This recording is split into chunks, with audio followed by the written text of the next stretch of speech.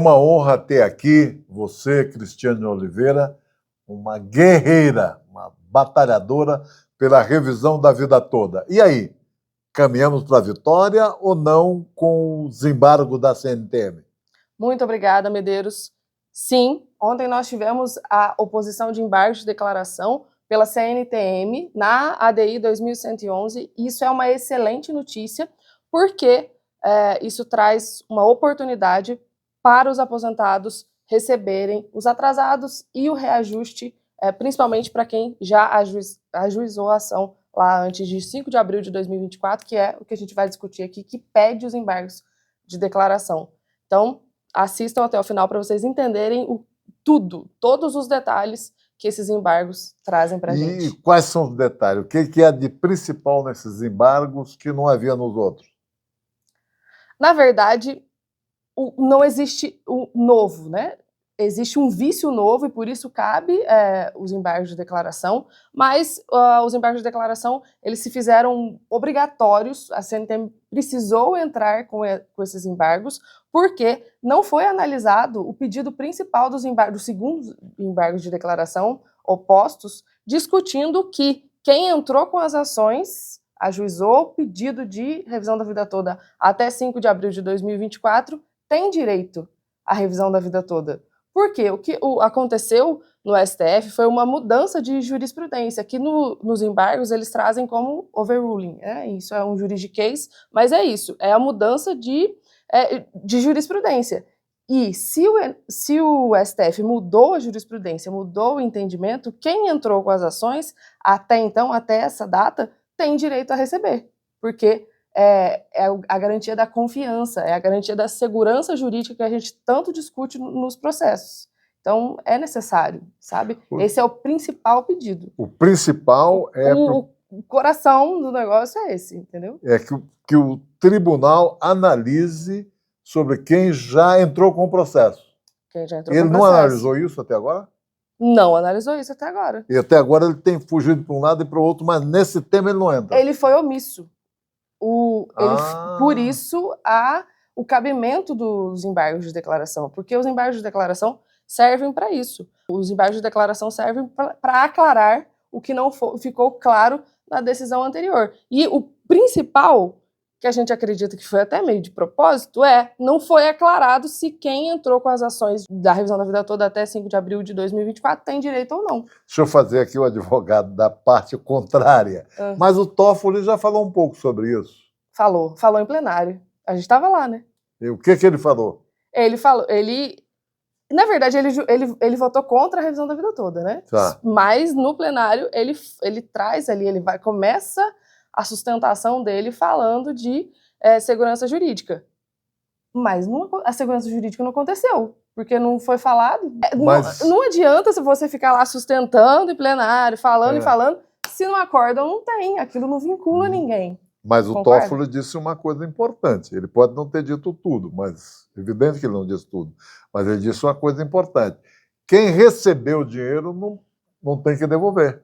Então, sim, aí isso entra em outro pedido dos embargos de declaração que a gente está falando, que foram opostos ontem, que ele pede a manutenção do entendimento da irrepetibilidade dos valores, né, ou seja, quem recebeu em decisões até 5 de abril de 2024, sejam decisões judiciais, provisórias ou definitivas, não precisam devolver, é isso que significa irrepetibilidade, não precisa devolver os valores recebidos, e também não pode cobrar custas judiciais, custas de perito, enfim, nada que seja referente ao custo do processo em si. Por quê? Isso foi analisado, isso foi na decisão publicada lá no dia 12/6, que a decisão de plenário foi dia 10 de abril, que a gente estava lá em Brasília. Exatamente. Ele analisou isso, entendeu? Isso já foi um ganho para os aposentados, de não ter que devolver os valores e de não ter que pagar custas judiciais. Mas eu brinco, pessoalmente, falo que isso foi um tapinha nas costas, né? Eu entrei fazendo um pedido de revisão, eu quero meu dinheiro, não contou as minhas contribuições antes de julho de 94, aí tem toda essa discussão.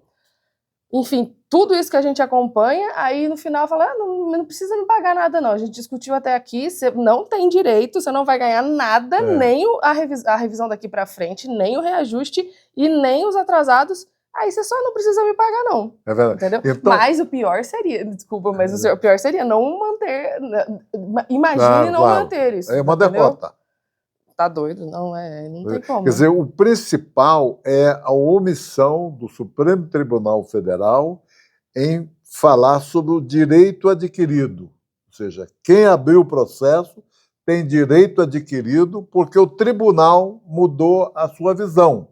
Então, quem abriu o processo baseado na visão antiga do tribunal, é isso? Isso, exatamente. Ou seja, já que você mudou o entendimento daqui para frente, o que você está me falando agora só vale daqui para frente. É isso, a tradução é essa.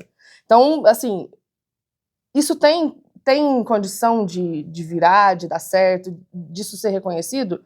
Eu acredito muito que sim, principalmente por essa fala do Toffoli, porque ele quer trazer segurança jurídica. E também porque o Brasil ele é signatário da ONU, da OIT, de organizações internacionais que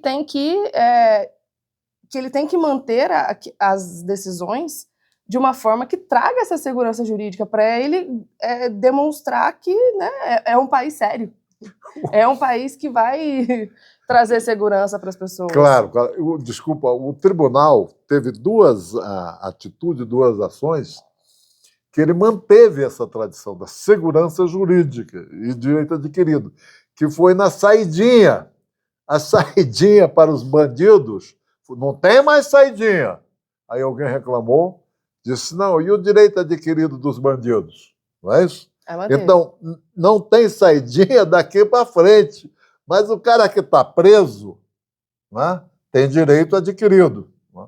E também naquela do pessoal que vai, do político que vai trabalhar nas estatais. Não pode, certo? Uhum. Não pode. Daqui para frente. Mas para trás pode. Então o Lula ficou com todos que ele nomeou. Então, se os bandidos, olha que país é que nós vivemos, né, doutora? Pois é. Com todas essas evidências, né, a gente ainda tem que passar por isso, né? Tem que ver uma ADI desde que está tramitando no STF desde 1999, ou seja, mais de 20 anos, sendo usada, o termo é esse mesmo, assim, usada para julgar uma ação que já tinha sido dada como ganha 2 vezes, né, no tema 1102. Então, assim, é realmente um absurdo. Mas, inclusive, é interessante falar aqui que na ADI foi pedido a anulação do julgamento da ADI, e isso ainda não foi apreciado. Porque seria o certo, a ADI não serve para julgar o que já foi julgado no tema 1102, é uma aberração jurídica. E pode acontecer também, né? Enfim, na verdade, tudo pode acontecer. Mas essa anulação seria o correto. E, tendo em vista que o tema 1102 está suspenso pelo pedido de vista da Carmen Lúcia, e a gente consegue, né, ganhar um tempo com isso, nesse momento seria o melhor a se fazer, né? Anular mesmo a ADI. Me diga uma coisa, com esse pedido da CNTM, um embargo, no mínimo a gente ganha tempo, né? Você acha importante ganhar tempo? Com toda certeza. É excelente os embargos de declaração para que a gente ganhe tempo e o Barroso saia da presidência e entre o Fachin. Inclusive, nessa semana agora, o Fachin falou de segurança jurídica, o Fachin falou de tudo que o STF tem que fazer, né? Qual é a finalidade última ali, né? De ser guardião da Constituição, de fazer valer todos os princípios, enfim. Então, a gente ganhar um tempo agora pode definir se seremos vitoriosos ou derrotados. E por isso se torna tão importante. Seria muito bom esperar o Barroso sair, porque o Barroso está comprometido, né? Com o governo, de não dar revisão da vida toda, do governo passado, desse agora.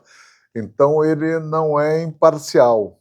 Então, quando é que o Barroso sai mesmo? Você sabe? Setembro. Setembro, né? Em setembro. Quando setembro chegar. Em setembro. E assim, o aposentado que nos assiste aqui, é importante ele entender isso, o porquê a gente precisa ganhar tempo agora. Porque eu vejo em muitos comentários, conversando com vários aposentados, com clientes, a necessidade, assim, a vontade de que isso seja resolvido o mais rápido possível. Mas agora não é momento para isso, não resolva nada. No máximo, se quiser anular, ali a gente está de acordo, né? Se quiser anular a ADI. Mas agora não é momento para resolver absolutamente nada, porque se resolver, vai ser para enterrar a revisão da vida toda, vai ser para acabar com tudo. Não vai ser nem para modular, entendeu? Se esses embargos forem analisados correndo, né, rapidamente, não vai ser proveitoso, não vai ser bom. Mas eles estão um pouco ocupados com esse negócio do golpe de Estado, alguma coisa assim, estão julgando, eu não vou entrar nesse mérito, então continua lá, né? O ministro Barroso foi para Lisboa com 60 deputados federais e um montão de autoridade, ele é dono de uma faculdade no Brasil, então, não, o Barroso não, o Gilmar Mendes, né? O Gilmar Mendes, que é dono de uma faculdade no Brasil, mas quanto mais cedo eles saírem, quanto mais cedo o Barroso sair, melhor. Olha, mais alguma coisa? E assim, é importante também, porque outro comentário que eu sempre vejo é: mas o que vai mudar? O Barroso sair e entrar o Fachin? Vai mudar só o presidente, o STF vai continuar o mesmo, mas a composição, o entendimento muda quando muda o presidente. E tanto é verdade que quando a Rosa Weber estava lá como presidente, o processo andou lindamente. Aí entrou o Barroso, as coisas começaram a ficar mais difíceis. Então, é importante também o aposentado que está nos assistindo perceber isso, entender isso e ter um pouquinho de paciência para poder ter esse julgamento e a gente, no fim das contas, chegar à vitória. É verdade. Enquanto isso, vamos fazer movimentação nas redes sociais, porque as redes sociais são muito importantes, não é? Através das redes sociais que a gente ganha a opinião pública. Eu peço a você que você manda esse vídeo para frente. Se você puder, escreve aí Show Barroso. Show Barroso. Show Barroso. Escreve aí Show Barroso. Manda embora, se inscreve no canal. Obrigado você, viu? Obrigado. Deus no comando.